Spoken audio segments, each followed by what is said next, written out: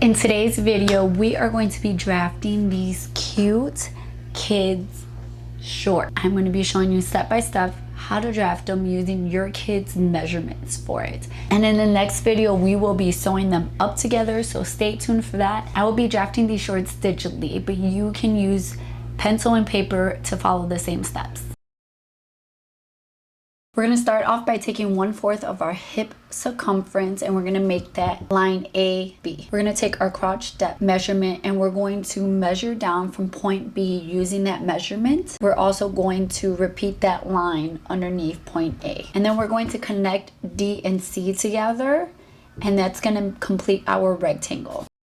We're going to take our full length measurement minus our waistband measurement. So think about what size you want your waistband, and that's going to be dependent on what size you are going to be using for your elastic. And we'll get into the waistband later, but think of how thick you want your waistband. So you're going to minus that measurement of that finished waistband from your full length. And we're going to bring that line underneath point A. Then we're going to bring down DC. We're going to copy the line of DC down next to F. And we're going to label the point on the right G.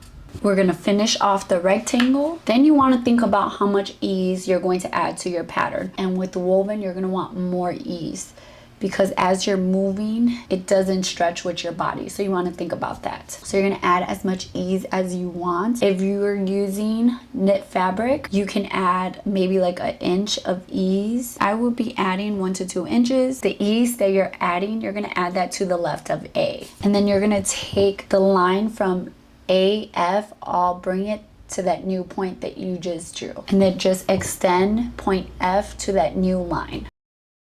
Where D would be, bring that over as well.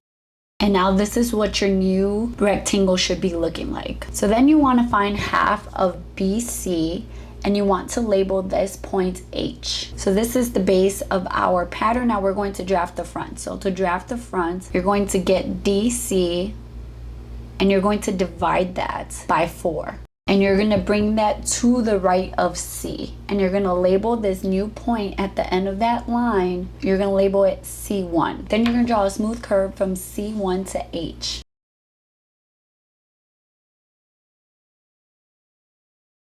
And then you're going to find 1 inch left of C1. You're going to draw a vertical line from that new point down to match where G ends, and then you're going to connect that to G, and you can name that new point G1. And then you can draw a slight curve from that C1 to that G1, just very slight. Then we're going to measure 1/4 of an inch from point A. Then you want to measure 1/4 of an inch down for point A and B, and then draw a horizontal line at those points. And then you can just trace out your pattern piece, and this will be your front. Now let's draft our back. We're going to keep the same base that we just used to draft our front. We're just going to be changing a few things. So C1, instead of being 1/4 of your DC measurement, is now going to be half of your DC measurement. And that's because, you know, we want to accommodate the butt area.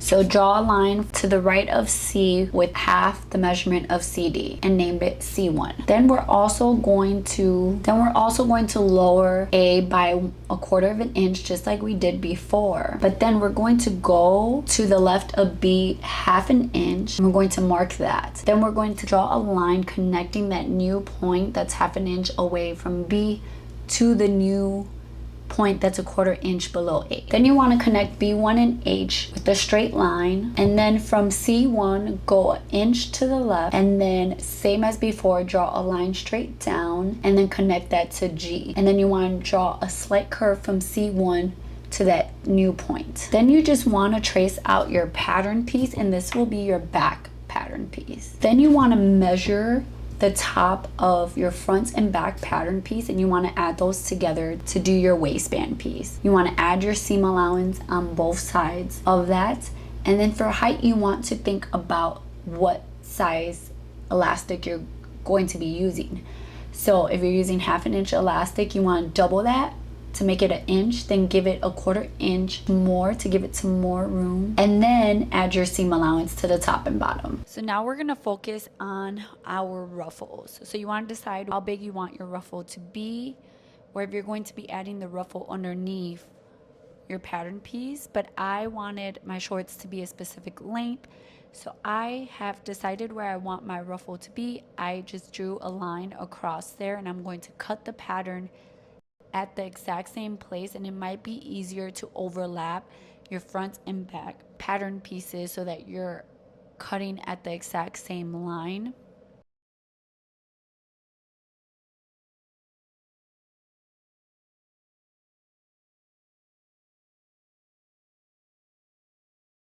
Then you want to measure the line, the bottom portion of your new pant pattern piece, and you want to multiply that by 1.5. Then you can draw a line that is that measurement. What I did was I lined up the back of my ruffle, my new ruffle pattern piece. I lined that with 1 point of the line, and then I dragged the front portion. I copied that at the beginning of the line, and then I have my new ruffle pattern piece, and I repeated the same thing for my back pattern piece as well. And then all that is left is just to add seam allowance and to label our pattern pieces. So you want to label your waistband, saying that you're going to cut 2 of those. Your front pattern piece, you're cutting 2. Your back pattern piece, you're cutting 2. And then your ruffles, you are cutting 2. And you might want to put that you're also mirroring your front, back, and ruffle pieces as well.